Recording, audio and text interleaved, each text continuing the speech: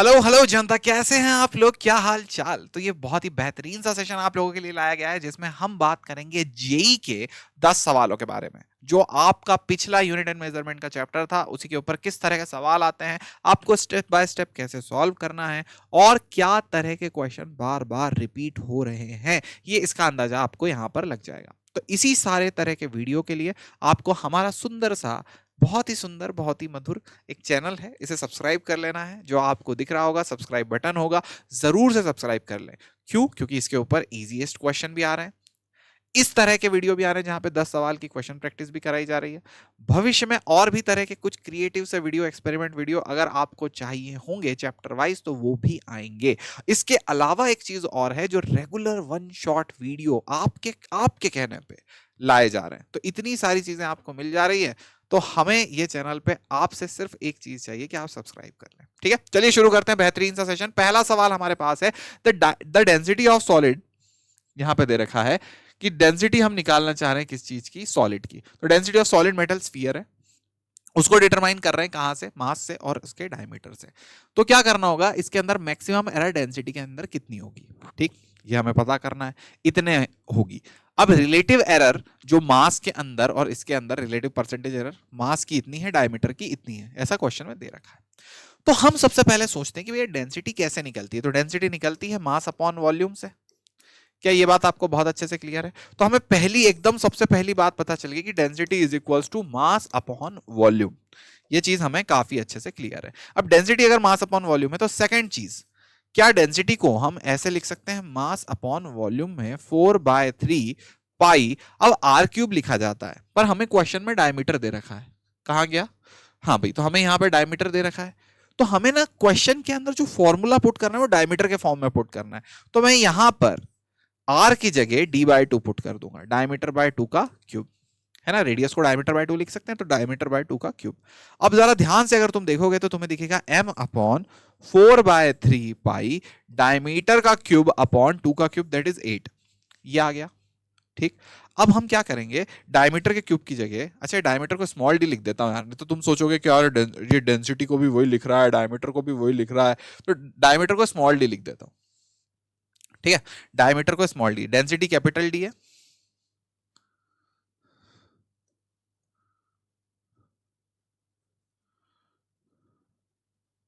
Density यहां पर capital D है और डायमीटर क्या है? स्मॉल डी होगा।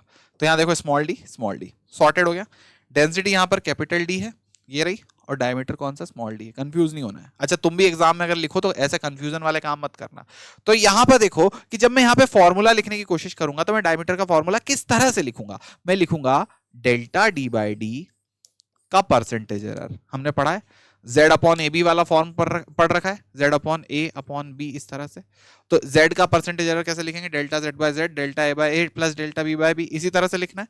तो यहाँ पे देखो d, तो डेल्टा d/d। यहां पर ये जो भी कांस्टेंट है इसकी कोई इज्जत नहीं है।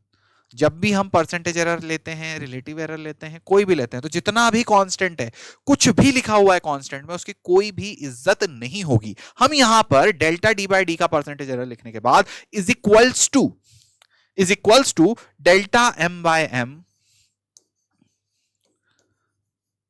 प्लस, ये डायमीटर के लिए लिखेंगे प्लस 3 टाइम्स डेल्टा d/d। अच्छा, स्मॉल d/d।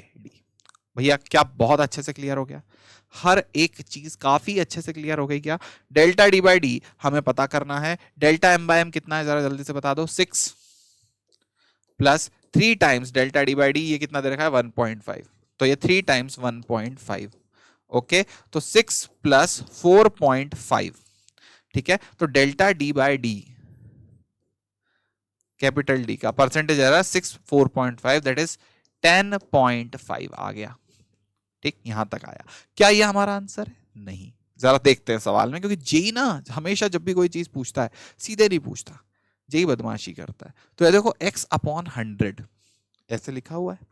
अब देखना कि हमें जो पता चला, तो हमें पता चला x अपॉन x, जो हमने डायमीटर निकाला है, इसका परसेंटेज एरर निकाला है, डेल्टा d/d का percentage error is equal to 10.5 आया है। पर हमसे ये नहीं पूछा है, हमसे पूछा है कि अगर ये चीज x बाय 100 है तो x क्या है, तो हमें पता है कि ये वाली चीज किसके बराबर है, ये वाली चीज को 10.5 लिखा, x बाय 100 ऐसा लिख दिया परसेंट ऐसे, ठीक।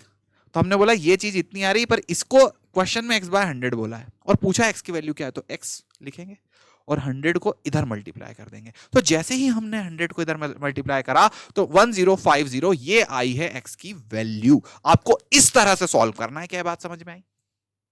पहला सवाल क्लियर है?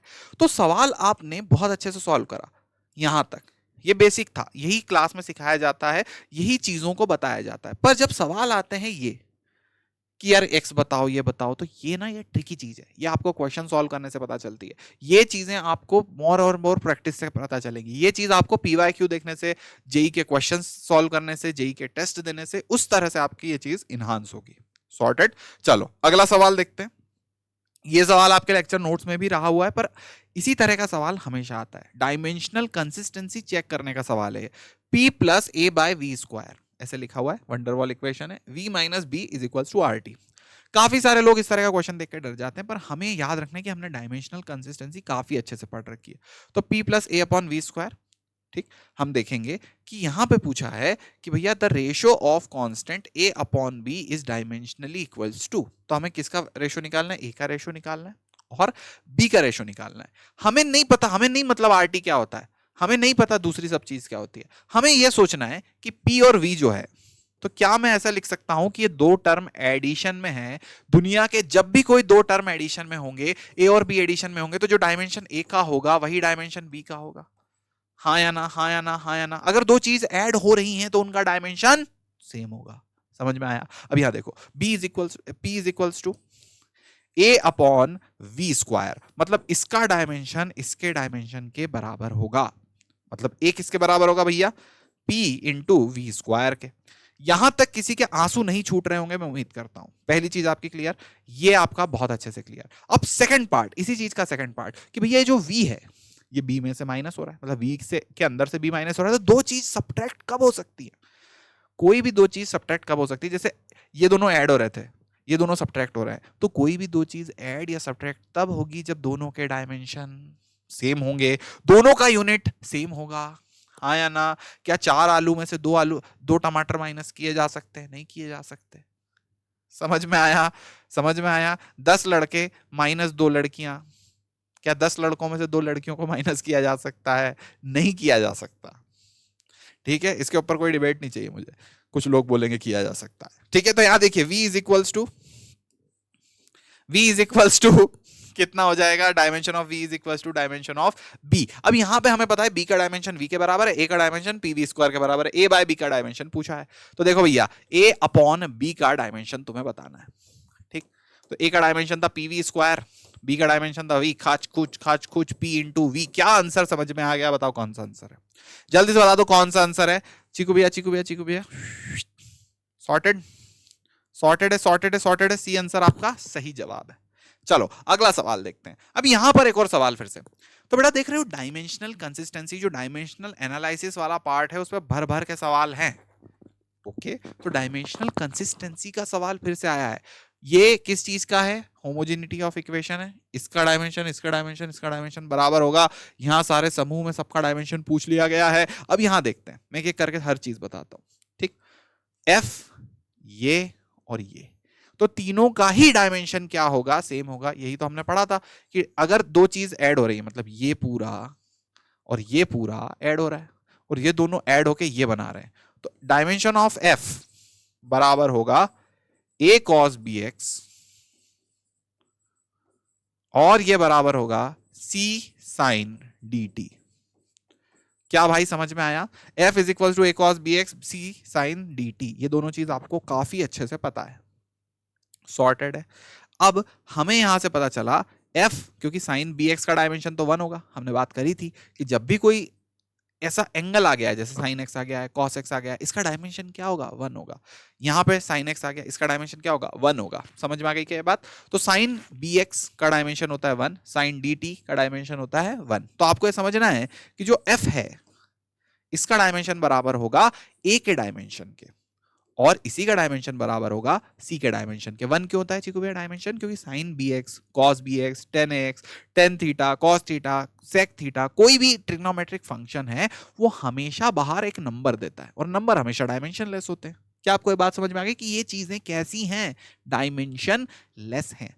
बहुत अच्छे से क्लियर हुआ। अब आगे देख, तो आगे यहां पे देखो भैया, A C is equal to F. Okay, तो मतलब ए का डायमेंशन सी का डायमेंशन एफ के डायमेंशन के बराबर है।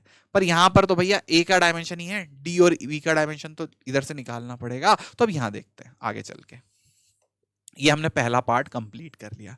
सेकंड पार्ट देखते हैं। सेकंड पार्ट में हम निकालेंगे क्या बी और एक्स कहां पे डला है? कॉस के पेट में। तो साइन के पेट में जो भी बात होती है वो एंगल होता है। साइन के पेट में हमेशा यहां पर साइन, कॉस, टेन, कोई भी है, कॉट, सेक, कुछ भी है, कॉस, सेक, उसके पेट के अंदर यहां जो चीज रखी है पूरी, ऐसा नहीं एक, पूरी जो भी चीज यहां भरी हुई है ये क्या होगा? एंगल होगा। इस चीज को हम बोलेंगे भाई तुम तो एंगल हो, भाई तुम तो एंगल हो। तो यहां पे बोलेंगे भैया तुम तो एंगल हो। तो यहां कौन रखा हुआ है? यहां पे देखो कॉस के अंदर पेट में कौन रखा है? B x. तो बी एक्स को लिखेंगे जैसे कॉस बी एक्स लिखा हुआ है, तो हम बी एक्स से बोलेंगे भाई तुम तो कॉस के पेट में बैठे हो, तुम तो एंगल हो। तो कॉस बी एक्स क्या होगा? जल्दी से बताओ, कॉस बी एक्स क्या होगा? 1। क्या ये बात क्लियर है? cos bx अगर 1 आ गया जनता, तो क्या b is equal to 1 upon x लिख सकते हैं? तो b का डायमेंशन भैया 1 अपॉन एक्स के डायमेंशन के बराबर होगा। x तो होता है लेंथ, तो b का डायमेंशन 1 अपॉन लेंथ मतलब लेंथ की पावर -1 के बराबर होगा। क्या क्या मेरे प्यारे बच्चों को ये बात समझ में आ गई? b का डायमेंशन समझ में आ गया। अब ऐसे ही क्या मैं d का डायमेंशन भी निकाल सकता हूं? हम फिर से गए किसके बाद? सी साइन डी टी। तो हम गए भैया डी टी के पास, हमने बोला डी टी तुम तो साइन के पेट में बैठे हो। तो हमने बोला भाई डी टी तुम तो साइन के पेट में बैठे हो, तुम साइन के पेट में बैठे हो, तुम्हारा डायमेंशन तो 1 होगा क्योंकि तुम तो क्या हो? जल्दी बताओ क्या हो? एंगल हो। तो भैया डी टी के से हमने बोला डी टी तुम तो क्या हो? डी टी तुम तो क्या हो? एंगल हो, तुम्हारा डायमेंशन 1 होगा। तो भैया डी ने बोला हाँ मैं तो एंगल हूं, मैं एंगल थोड़ी हूं। डी ने बोला मैं एंगल थोड़ी हूं, मेरा डायमेंशन तो 1 अपॉन टी के बराबर होगा। तो 1 अपॉन टी, टी का डायमेंशन टाइम, तो डी का डायमेंशन टी इनवर्स आ गया। क्या आपको बात समझ में आई? तो हमने सबसे पहले ए का डायमेंशन निकाला, फिर हमने बी एक्स से बी का डायमेंशन निकाला, डी टी से डी का डायमेंशन निकाला। अब हमारे पास ए डी और टी, ए डी और बी तीनों का डायमेंशन है। अब एक एक करके पुट पुट करेंगे।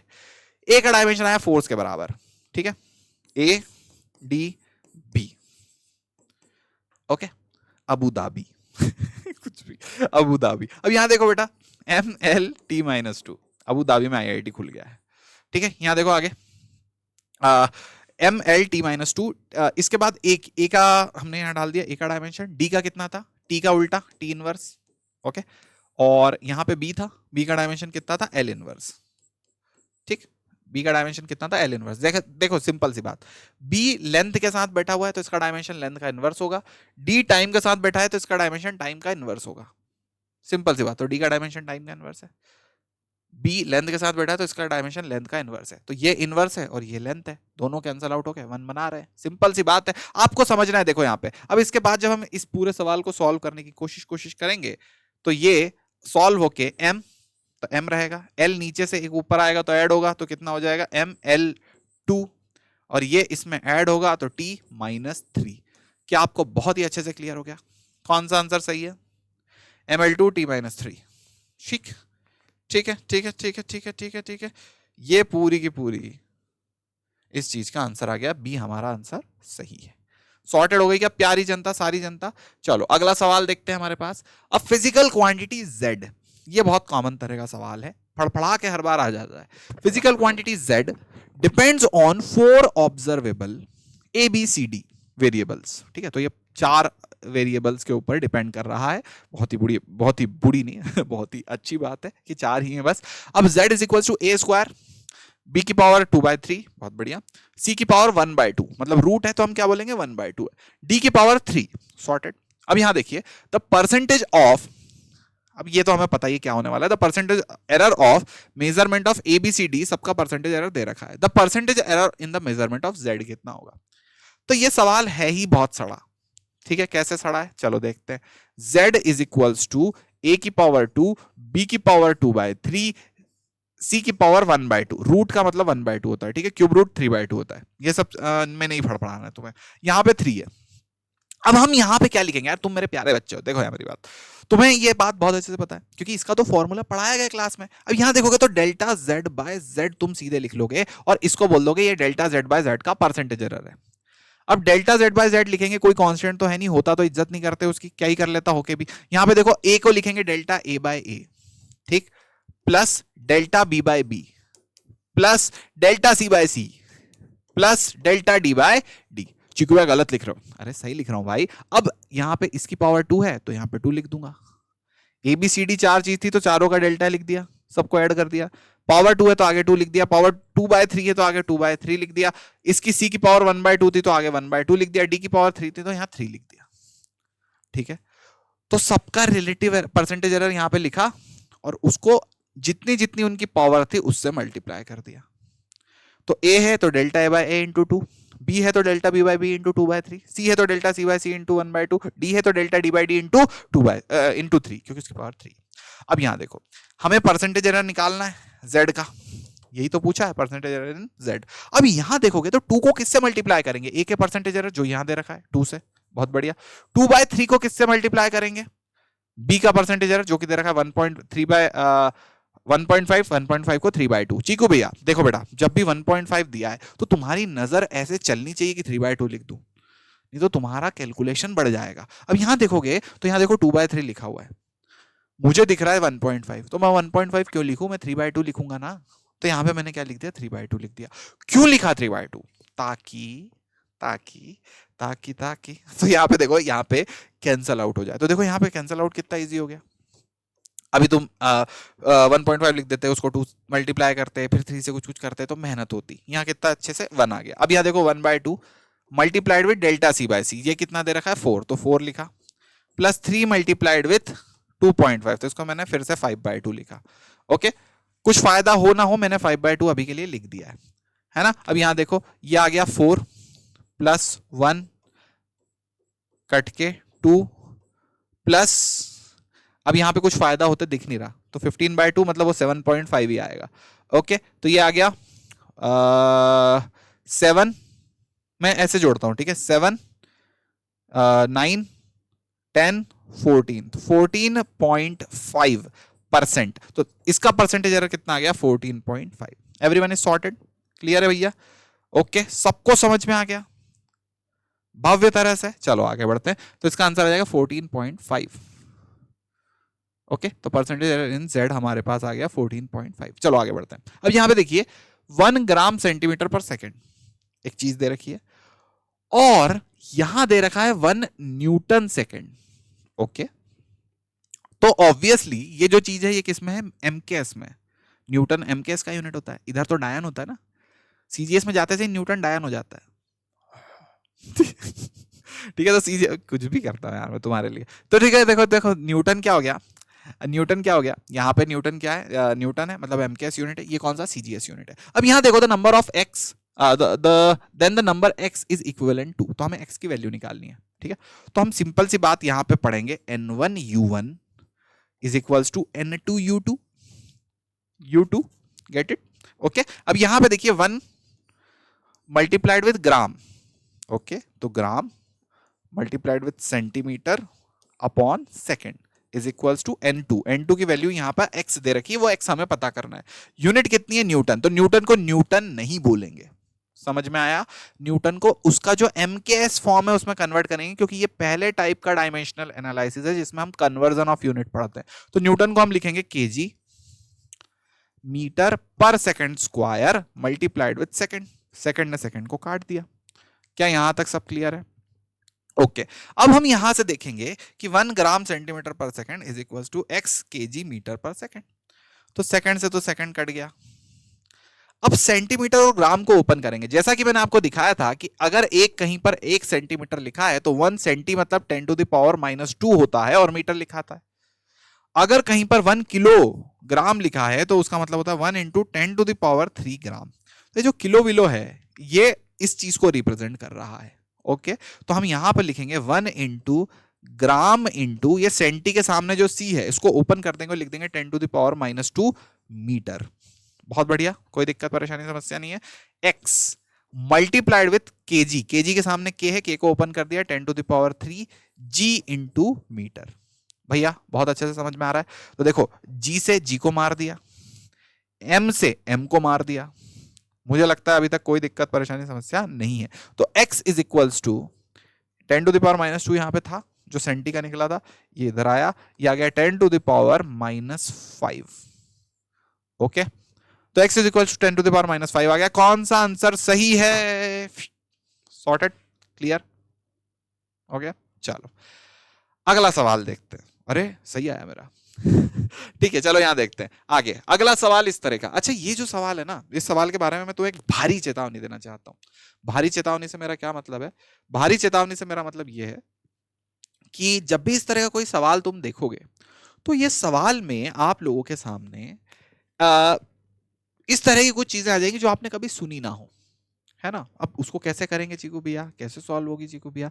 तो बेटा ये तरह का सवाल डायमेंशंस में भी आएगा। जैसे इन चारों का डायमेंशन भी पूछ लेंगे, बोलेंगे जोड़ी बनाओ। आप जानते ही नहीं किसी को, कैसे जोड़ी बना दोगे? बिग बॉस थोड़ी है। तो अब यहाँ पे देखो अब यहाँ पे इस जगह पे जब भी आप इस सब को देखोगे तो आपको दिखेंगे अलग अलग तरह की चीजें, है ना। फिर आपको हिट एंड ट्रायल से क्वेश्चन सॉल्व करना पड़ेगा। तो ये क्वेश्चन मैंने यहाँ ऐड सिर्फ इसीलिए करा है ताकि आपको समझा पाऊं कि ये क्वेश्चन अभी के लिए डिजाइन नहीं करा है। आप 11th क्लास में और जेई के पीवाईक्यू अटेम्प्ट कर रहे हो।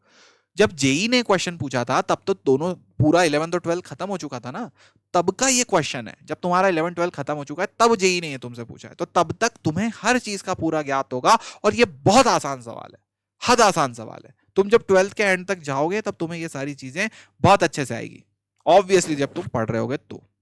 नहीं तो पता चले न्यूटन का ही क्या होता है केजी मीटर पर सेकंड स्क्वायर, वही भूल गए। ठीक है, तो यहां पे देखो टॉर्क, सबसे पहली चीज टॉर्क। तो मैं आपको बताता हूं, सबके फॉर्मूले में आपको बता देता हूं टॉर्क क्या होता है ना। मैं आपको सबके फॉर्मूले बता देता हूं। तो टॉर्क क्या होता है? Force r into f, r into f torque होता है। स्ट्रेस क्या होता है? स्ट्रेस फोर्स अपॉन एरिया होता है, मतलब जो प्रेशर होता है वही सेम स्ट्रेस भी होता है, स्ट्रेस। लेटेंट हीट क्या होता है? तो लेटेंट हीट मैं आपको बता देता हूं, इसका फॉर्मूला होता है Q upon m. Latent heat निकालने का फॉर्मूला होता है Q अपॉन एम। पावर होता है एनर्जी अपॉन टाइम। अब ये सारे जब आप पढ़ लोगे तो आपको पता होगा। अब पढ़ लिए, पता चल गए, तो अब इसका क्या यूनिट निकाल सकते हैं। तो टॉर्क होता है आर इंटू एफ, तो टॉर्क का यूनिट क्या होगा? आर मतलब मीटर और न्यूटन, न्यूटन तो फिर न्यूटन मीटर, न्यूटन मीटर कहीं दिख रहा है ये वाला। तो टॉर्क का आंसर आ गया 3। ओके, स्ट्रेस भैया, स्ट्रेस स्ट्रेस, अरे चीकू भैया बड़ा स्ट्रेस हो रहा है, तो ये होगा प्रेशर के बराबर, तो इसका होगा न्यूटन अपॉन मीटर स्क्वायर। तो न्यूटन मीटर स्क्वायर कहीं दिख रहा है 4, तो स्ट्रेस का आंसर आ गया 4। क्लियर है, क्योंकि स्ट्रेस फोर्स अपॉन एरिया है ना भाई, force upon area newton upon metre square होगा। Latent heat Q upon metre. अब Q क्या है? Q हीट है। हीट क्या होता है? एनर्जी होती है बेटा। हीट क्या होता है? एनर्जी होती है। एनर्जी को कैलोरी में मेजर कर लो, जूल में मेजर कर लो, हीट एनर्जी होती है। तो अब यहां लिखा क्या है? एनर्जी अपॉन मास, मतलब एनर्जी पर केजी। ओहो, हीट हो गया एनर्जी अपॉन मास मतलब जूल अपॉन केजी, तो इसका आंसर हो गया 2। Is it clear? पावर क्या होता है? पावर क्या होता है? पावर होता है जूल पर सेकंड। अब देखो एक बचा हुआ है वो पावर ही है, पर उन्होंने उसको घुमा के दे दिया है। मैं आपको बताता हूं कैसे। पावर होता है वर्क अपॉन टाइम। तो वर्क होता है न्यूटन मीटर, क्योंकि फोर्स इंटू डिस्टेंस। वर्क होता है फोर्स इंटू डिस्प्लेसमेंट, तो newton metre upon time second. तो न्यूटन मीटर पर सेकंड। बड़ा समझ में आया? इस तरह से इन्होंने दे रखा है, पर आना यहां पे क्या चाहिए था? जूल पर सेकंड, क्योंकि वर्क अपॉन टाइम आना था। कैलोरी पर सेकंड भी लिख सकते थे, क्योंकि कैलोरी अपॉन टाइम भी पावर हो जाता। कोई भी energy upon time, work upon time power होता है। न्यूटन मीटर पर सेकंड भी पावर होता है। भाई बहुत अच्छे से क्लियर हो गया क्या? जल्दी से बता दो। सॉर्टेड है, चलो आगे बढ़ते हैं। तो ये इसी तरह का हमने यहाँ पे पूरा सॉल्व किया है। एक बार जरूर इस तरह की कोशिश करिएगा, और ये सवाल से डरने की जरूरत नहीं है ना। अगला सवाल देखते हैं। फिर से हमारे पास एक सवाल है जो एरर चैप्टर से पूछा गया है। A body of mass 5 + - 0.5 kg is moving with the velocity 20 ± 0.4 metre पर second. Its kinetic energy will be, कितनी काइनेटिक एनर्जी? अच्छा, काइनेटिक एनर्जी विल बी, तो इसकी काइनेटिक एनर्जी कितनी होगी? बहुत बढ़िया सवाल है। मतलब हमें, बड़ा सवाल समझो, हमें काइनेटिक एनर्जी भी निकालना है और उसका एरर भी निकालना है। समझ रहे हो? यहां पे काइनेटिक एनर्जी भी निकालना है और उसका एरर भी निकालना है। चलो देखते हैं सवाल को। तो ये वही सवाल है, मैंने ऑप्शन हटा दिए है ना, फड़फड़ा नहीं जाएगा ऑप्शन का चले, तो ऑप्शन हटा दिए यहां से और यहां आ गया, सॉर्टेड। अब देखो काइनेटिक एनर्जी निकालने के लिए हमें सबसे पहले पता होना चाहिए काइनेटिक एनर्जी होती है हाफ एम वी स्क्वायर। क्या मेरे प्यारे कुची को मोमोज को इतना इतना ज्ञान प्राप्त हो चुका है कि यही होती है काइनेटिक एनर्जी? अब देखो हाफ मल्टीप्लाइड विथ मास, तो मास कितना है 5, तो मास की जगह 5 ही रख देंगे, सिंपल। अभी एरर नहीं निकाल रहे, अभी सिर्फ काइनेटिक एनर्जी निकाल रहे, मास लिख दिया 5। ओके, वेलोसिटी 20, तो यहां 20 का स्क्वायर लिख दिया। ओके, तो यहां देखो हाफ इंटू 5 इंटू 20 का स्क्वायर 400 होता है, 400 से इसको काट दिया तो यहां गया 20, 200 इंटू 5 कितना हो गया 1000, 1000 जूल, है ना। तो हमें काइनेटिक एनर्जी पता है, तो एक बार ऑप्शन में जाके देख लेते हैं। वो भी स्मार्ट है, उन्होंने 500 और 1000, तब हमारा सही, ये तो गलत है, ये भी गलत है। सही आंसर इन दोनों में से एक है, इन दोनों में से एक कोई सही आंसर है, ठीक है। मेरा जो तुक्का मारने का अंदाज है उससे मुझे लग रहा है ये सही है, ए सही है, ठीक है। मैं बताऊंगा नहीं कैसे मारा मैंने तुक्का, नहीं तो तुम जिंदगी भर तुक्का ही मारते रहोगे। अब चलो अगला, सेकंड, सेकंड वाले उसमें मैं अपन बात करते हैं कि एरर निकालना है, काइनेटिक एनर्जी की एरर निकालना है, half m v square formula है। तो ऐसे लिख सकता हूं ना, काइनेटिक के kinetic upon kinetic is equals to delta M bye m plus delta v by v multiplied with 2। ऐसे निकलती है एरर, है ना। हमें ये डेल्टा के निकालना है, डेल्टा के बाय के नहीं निकालना है, इस बार डेल्टा के निकालना है। तो यहां देखो डेल्टा के अपॉन के में डेल्टा के अगर मुझे पता करना है तो क्या मुझे के पता है? हाँ मुझे पता है, 1000 होता है। डेल्टा एम मुझे पता है, बिल्कुल पता है, 0.5 होता है, अपॉन 5 है, plus delta v by v, delta v पता है 0.4 अपॉन 20 है, इंटू 2 है। Is it clear? 2 से ये गया तो 10 आ गया। Is it clear again? अब यहां देखो मेरे पास क्या लिखा हुआ है, आगे चल के कैलकुलेशन देखना, तेज कैलकुलेशन करने की कोशिश करेंगे। Delta k by 1000 is equals to 0.5 by 5 plus 0.4 upon 10, ठीक है, 0.4 अपॉन 10, तो 0.4 अपॉन 10 मैं ऊपर नीचे इधर 2 से मल्टीप्लाई कर दूंगा। क्यों कर रहे हो चीकू भैया ऐसा? 2 से मल्टीप्लाई डिवाइड क्यों कर रहे हो? ताकि बेटा नीचे का बेस सेम हो जाए दोनों का, इधर 10 है ना तो इधर भी 10 हो जाएगा, ऐड करना आसान होगा, एलसीएम वगैरह नहीं लेना पड़ेगा। तो यहां देखो 0.5 इंटू 2 हो गया 1 अपॉन 10 प्लस 0.4 अपॉन 10। क्लियर है क्या? अब यहां देखिए डेल्टा के अपॉन 1000 से आ गया डेल्टा के इज इक्वल्स टू, दोनों को ऐड करा बेस से में तो सीधा ऐड हो जाएगा 1.4 अपॉन 10 अपॉन 1000। ओके, के 1000 कहां से आया था चीकू भैया? ये के यहां से कैलकुलेट करा था ना काइनेटिक एनर्जी, तो यहां डेल्टा के में के की वैल्यू पुट कर दी, एक जीरो से एक जीरो कटा, ये उधर गया, डेल्टा के की वैल्यू आ गई 140। जो मैंने बताया था वही आंसर सही निकला। सर आपने पीपीटी बनाई, आपको पहले से पता होगा? नहीं बेटा, कभी कभी गट फीलिंग होती है, आपको पता होता है बाकी ऑप्शंस देख करके कि यही आंसर आएगा। जब तुम बहुत प्रैक्टिस कर लोगे तुम्हें निकलेगा, ठीक है। ये कुछ कुछ कुछ कुछ करा है यहां पर। अच्छा ये सवाल, ये जेई मेंस का सवाल है, लास्ट ईयर का 2023 का सवाल है, और ये सवाल पहली शिफ्ट में आ गया था, 8 अप्रैल करीब आ गया था सवाल, और ये इजीएस्ट क्वेश्चन है, जेई मेंस का इजीएस्ट क्वेश्चन है। मतलब अभी शायद तुम 11th क्लास में हो तो तुम्हें ऐसा लगेगा, या कोई 11th का बच्चा इस वीडियो को देख रहा है तो उसे ऐसा लगेगा कि यार ये तो बहुत हाँ क्या पूछा है। पर अगर तुमने 2 साल पूरे पढ़ लिए तो ये क्वेश्चन जब तुम्हें पेपर में दिखेगा ना, तुम मतलब समझ रहे हो, चाकू तलवार और जितने तुम्हारे हथियार है ना सबको तुम एक साथ फेंक दोगे इसके ऊपर, ये है छी इतना गंदा सवाल, ऐसे समझ रहे हो कि भैया ये क्या सवाल है। तो अब यहां पे सवाल के बारे में बताता हूं कि c is equals to speed of light जो होती है उसका एक फॉर्मूला पढ़ोगे जब तुम 12th क्लास में होगे। वो फॉर्मूला होता है 1 upon under root mu not epsilon not. Clear है क्या? जल्दी बताओ, ये वाली बात सबको क्लियर है? तो यहां पूछा हुआ है, ये एक फॉर्मूला तुम्हें क्लियर है, मतलब ये पूरी जो चीज है ये स्पीड ऑफ लाइट के बराबर है, मतलब ये जो भी चीज है इसका डायमेंशन होगा एल अपॉन टी, या आप एल टी माइनस वन लिख लो, इसका dimension L T minus one है। ये हम सबको पता होता है बाय डिफॉल्ट, क्योंकि हम, ये बहुत सिंपल सा फॉर्मूला 100 बार दिखता है। अब यहां पे देखो, जब आपसे पूछा कि इसका 1 upon mu not epsilon not का वैल्यू बताओ, इसका डायमेंशन बताओ, तो तुम बोलोगे c is equals to one upon या सी इज इक्वल टू जब इस तरह से है तो क्या हम ऐसे बोल सकते हैं कि सी जब इस तरह से है तो one upon mu not epsilon naught C का स्क्वायर होगा। तो ये चीज सी का स्क्वायर है, मतलब डायमेंशन होगी L square upon T square. बहुत अच्छे से क्लियर हुआ क्या? समझ रहे हो? ये तो मैंने लिखा भी, अगर तुम्हें ये दिख रहा है और तुम्हें ये फॉर्मूला पता है तो तुम्हें सीधा पता चलेगा कि ये तो आंसर नहीं है ना? ये भी नहीं है, स्पीड ऑफ लाइट भी आंसर नहीं है, तो दो कैंसिल हो गए, ये नहीं है तो ये भी नहीं है, यही आंसर है। सॉर्टेड है। ओके तो डायमेंशन लेस वो नहीं था, T square upon T square तो नहीं था, स्पीड ऑफ लाइट तो वो नहीं है क्योंकि उसका रूट स्पीड ऑफ लाइट होता है, तो इसका उल्टा भी वो ऑब्वियसली नहीं है क्योंकि स्पीड ऑफ लाइट का उल्टा थोड़ी है। एक ही ऑप्शन बचा, उसका स्क्वायर। बहुत तेज सॉल्व होता है सवाल, ठीक है। चलो अगला सवाल यहाँ पे फिर से एरर से।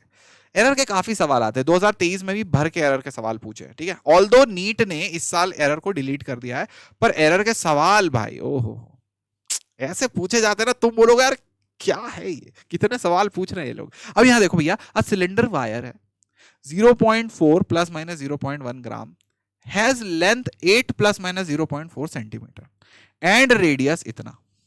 ये बात समझ में आई? तो हमें मास दिया है, लेंथ दिया है, रेडियस दिया है, पूछ लिया है फिर से the maximum error in the density will be. Okay क्या है? सिलेंडर है। अब ध्यान से देखते हैं, मास, लेंथ और रेडियस, इस बार डायमीटर नहीं है तो फड़फड़ाना मत, है ना। अब यहां देखो फॉर्मूला पता है क्या तुम्हें डेंसिटी के लिए? मास अपॉन वॉल्यूम। ओके अरे यार फिर से चीकू भैया वॉल्यूम की जगह 4 क्यों लिख देते हो यार, ये क्या है? वी बनाना नहीं सिखाया क्या स्कूल में? हाँ तुम्हारा टीचर मेरे जैसे नहीं थे। चलो ठीक है कोई बात नहीं। अब यहां पर density is equal to mass upon volume हमने लिखा, अब हम क्या लिखेंगे? वॉल्यूम का फॉर्मूला क्या होता है बताइए भैया? वॉल्यूम का फॉर्मूला क्या होता है? Density is equal to mass upon volume. Volume को लिखेंगे, नहीं नहीं इस बार 4 नहीं आएगा, कुछ भी हर बार हर जगह ही 4। अब यहां आएगा पाई आर स्क्वायर एच। क्या मेरे सारे प्राणियों को ये बात समझ में आ गई? वॉल्यूम का फॉर्मूला आएगा पाई आर स्क्वायर एच, क्योंकि सिलेंडर है ना भाई, समझ रहे हो ना? सिलेंडर याद रखने का तरीका बहुत ही सिंपल है, अगर तुम्हें फॉर्मूला याद नहीं रहता इसका तो देखो ये एक एरिया है, इसका फॉर्मूला तो हर एक पापी प्राणी भाई, ये तो बायो के बच्चे बायो का तो बच्चे बता ही देते हैं। ये तो भैया कोई आर्ट वार्ट का बच्चा जिसने कभी बचपन में पढ़ा होगा वो भी बता देता है कि एरिया का पाई आर स्क्वायर होता है, ठीक है। जिसको नहीं, जिसके सब्जेक्ट में नहीं है, ऐसा नहीं कि उनको इंसल्ट कर रहा हूं। अब ये पाई आर स्क्वायर हो गया इसका एरिया, और एक एच हाइट है, तो वॉल्यूम के लिए pi R square into H, that's it. Volume के लिए pi R square H, sorted है। अब यहां देखो d is equal to M, sorry अब हमें क्या करना है, अब हमें यहां पे पता करना है इसका एरर। किसका एरर? इसके अंदर एरर कितना है, तो हम लिखेंगे d is equals to m upon pi R square H, option हटा दिए मैंने, delta d by D is equals to delta m by m plus 2 times delta r by r plus delta h by h। क्या बात समझ में आ गई? तो यहाँ पे कितने वेरिएबल हैं? m, r और h, तो मैंने delta m by m, delta r by r, delta h by h लिख दिया। m की पावर 1 थी तो यहाँ देखो 1 इंटू m है, r की पावर 2 थी तो 2 इंटू r है, और यहाँ कुछ भी नहीं तो ये इंटू 1 है। पाई की कोई इज्जत नहीं है क्योंकि मल्टीप्लीकेशन वाले कांस्टेंट की कोई भी इज्जत हम नहीं रखते। अब यहाँ देखो आगे वाली चीज आपको समझ में आ गई। अगली चीज देखो, delta M bye M, delta R by delta H by H, sorted है। अब देखो यहाँ पे क्या हुआ, डेल्टा एम बाय एम की वैल्यू पुट करेंगे तो 0.01 अपॉन 0.4 पुट कर दिया, प्लस 2 टाइम्स डेल्टा आर कितना होगा 0.03 अपॉन 6 प्लस डेल्टा एच कितना होगा 0.01 अपॉन, एक मिनट डेल्टा कुछ उल्टा कर दिया ना मैंने, लेंथ के लिए 0.4 पुट होगा, डायमीटर के लिए मैंने रेडियस के लिए सही पुट करा, एच के लिए 0.4 अपॉन 0.04 अपॉन 8 होगा। ओके सॉरी 0.04 अपॉन 8, 0.04 अपॉन 0.04, अरे मेरे ही मजे लिए जा रहे हैं, 0.04 अपॉन 8, सॉर्टेड। अब देखो इससे इसका एक पॉइंट करा तो ये 1 पॉइंट आ गया, इसने इसको काटा तो ये 2 ने 2 को काटा तो 0.01 बचा। ओके अब यहां पे थोड़े सफाई से लिख लेते हैं कि क्या क्या बचा है क्या क्या कट गया है। तो हमारे पास आया 0.1/4 प्लस 0.01 प्लस 0.04/8। ठीक है चीकू भैया, ये 8 को क्यों नहीं काटा, काट देता हूं, इसे 2 बार, इसे 4 बार ऐसे काटा। चीकू भैया पूरा क्यों नहीं काट रहे हो, पूरा इसलिए नहीं काट रहे हैं क्योंकि बेस सेम करना है। हमेशा जब भी कैलकुलेशन करते रहें ये चीज हमेशा दिमाग में रखें कि यार हमें तो बेस सेम करना है। 0.02/4 आ गया अभी। ठीक है, तो बेस सेम करने वाला कॉन्सेप्ट हमेशा दिमाग में रखना है आपको। अब यहाँ देखो, इसमें क्या करेंगे, 4 से मल्टीप्लाई, 4 से डिवाइड, 4 से मल्टीप्लाई, 4 से डिवाइड, तो ये पूरी की पूरी चीज आ गई। 0.1/4 प्लस 0.04/4 प्लस 0.02/4। ठीक है, तो इस पूरी चीज को जब ऐड करेंगे तो ये हो जाएगा 0.16/4। ओके, क्लियर है, सॉर्टेड है। ये कितना आ गया, 0.04। क्लियर भाई, ओके। 0.04 that is 4%। आप 100 से मल्टीप्लाई कर दो, 4% आ जाएगा। सॉर्टेड है, ये हमने रिलेटिव एरर निकाला है, 100 से मल्टीप्लाई करोगे परसेंटेज एरर आ जाएगा। ओके, अब अगला सवाल, यहां पर हमारे पास एक और सवाल है। अगली बार मैं नंबर डाल के लाऊंगा, पता ही नहीं चल रहा कितने हो गए, शायद ये आखिरी है। The velocity, time and force are chosen as the basic quantity, the chosen three. Wow. The dimensions of the mass will be. मास का डायमेंशन कितना होगा। अच्छा, तो मास को कैसे रिप्रेजेंट करेंगे, तो आपको इस पूरे सवाल को शायद मैंने करना आपको सिखाया होगा, आपको सबसे पहले आना चाहिए, शायद क्या करना सिखाया ही मैंने, ऐसे नहीं बोल सकते। तो अब यहां देखो, mass is equals to velocity की पावर x, टाइम की पावर y, फोर्स की पावर z, ऐसे तुमने लिख लिया XYZ। पहले स्टेप में रिश्ता लिखते हैं।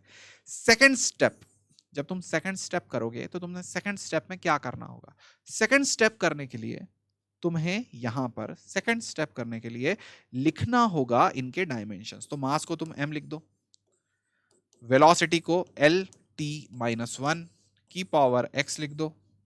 ओके, t टाइम की पावर, सीधा सेकंड क्या है, टाइम ही है ना, टाइम की पावर सीधा ही y लिख दो, कोई दिक्कत नहीं है। z क्या है, फोर्स है, तो MLT-2। चिकू भैया तुम्हें कैसे याद है, बेटा मैंने पढ़ाया है और मैंने तुम्हें बोला है बार बार कि वो बेस डायमेंशंस और डिराइव डायमेंशंस वाला चार्ट को खुद 2-3 बार कर लो, ये चीजें तुम्हें याद हो जाएगी। MLT-2 इज इक्वल्स की पावर में z है। सॉर्टेड। अब यहां देखो, इस तरफ तो सिर्फ m है, तो हम बोलेंगे l तो 0 है, t तो 0 है, कुछ नहीं है मतलब वो 1 लिख देते हैं, तो दिक्कत नहीं है उसमें। अब क्या करो, सबको इकट्ठा कर लो, मोहल्ले के सारे l एक साथ लिख लो, मोहल्ले के सारे t एक साथ लिख लो। तो l की पावर x, t की पावर -x, t की पावर y, m की पावर z, l की पावर z, t की पावर -2 z। Okay, -2z। ऐसे हमने सबको लिख लिया। अब सारे l एक साथ हो जाएंगे, सारे t एक साथ हो जाएंगे, सारे m एक साथ हो जाएंगे। अब यहां देखो, तो हमने लिखा m की पावर z, l की पावर x प्लस z, एक l यहां है, एक l यहां है, m एक ही था तो m की पावर z। t को लिखेंगे, तो t कहां कहां से आया, यहां से आया -x, और एक t यहां से आया y प्लस y, और यहां से आया -2z, तो -2z। ओके भाई, क्लियर है। m की पावर z तुमने यहां से लिख लिया, एक आया, l की पावर z और x यहां से लिख लिया, t 3 जगह से आया, तीनों को लिख लिया। अब क्या करोगे, आपने एकता बना दी, तीसरे स्टेप में सबकी एकता बना दी। चौथा स्टेप क्या होगा, फोर्थ स्टेप में what you will do, you will compare. सबके अंदर एकता बना दी, अब तुम RHS और LHS को कंपेयर करोगे कि RHS में क्या हो रहा है, LHS में क्या हो रहा है। तो भैया RHS कितना है, देखो यहां पर m की पावर 1 है, l की पावर 0 है, t की पावर भी 0 है, तो z इज इक्वल्स टू कितना आएगा, 1 आएगा। मतलब ये 1 है तो ये भी कितना होगा, 1, तो z और 1 बराबर होंगे। क्लियर है। अच्छा, x plus z is equals to 0 है। ठीक, तो भैया यहां देखो x plus z is equals to 0 है। अब z अगर 1 है तो x इज इक्वल्स टू -1 होगा, z अगर 1 है तो x इज इक्वल्स टू -1 होगा। क्या ये वाली चीज आपको बहुत अच्छे से क्लियर है। ओके, ठीक है, x plus z, x plus Z is equal to 0, x is equal to -1। Sorted. अब यहां देखिए आखिरी चीज बच गई -x plus Y minus 2z। तो -x plus Y minus 2z is equals to 0, क्योंकि भैया t की पावर 0 तो इधर भी t की पावर 0 है। अब -x की जगह क्या डाल दूंगा, -(-1) प्लस y की जगह क्या डालना है, y तो पता करना है भैया, -2z, z की जगह क्या डालेंगे 1, तो 2 1 is equals to 0। Minus minus plus 1 plus y -2 is equals to 0, -1 तो y इज इक्वल्स टू 1। अब हमें पता चला y 1 है, x -1 है और z 1 है। ठीक है, तो हम यहां लिख देंगे v की पावर है x जो कि है 1 -1, z क्या है 1 और y भी क्या है 1, तो t की पावर 1 और f की पावर भी है 1। सॉर्टेड। यही ऑप्शन 1 पसंद करेंगे, आंसर बताएंगे, जीवन और सब कुछ सॉर्टेड है ही। ठीक है भैया, तो यही है हमारा वेदांतु जेई मैथ्स चैनल। इसको सब्सक्राइब जरूर कर लें अगर मजा आया हो तो। और किस किस तरह के वीडियो चाहिए, क्या आपको मदद चाहिए, क्या आप मेरे साथ और वक्त बिताना चाहते हैं इसी तरह के क्वेश्चन करते हुए, तो जरूर सब्सक्राइब करें, बताएं। हमारा एक टारगेट है छोटा मोटा कि आप जल्दी से जल्दी IITian बन जाएं। तब तक के लिए दिस इज मी चीकू भैया signing off, bye bye, good night, tata. मिलते हैं अगले लेक्चर में।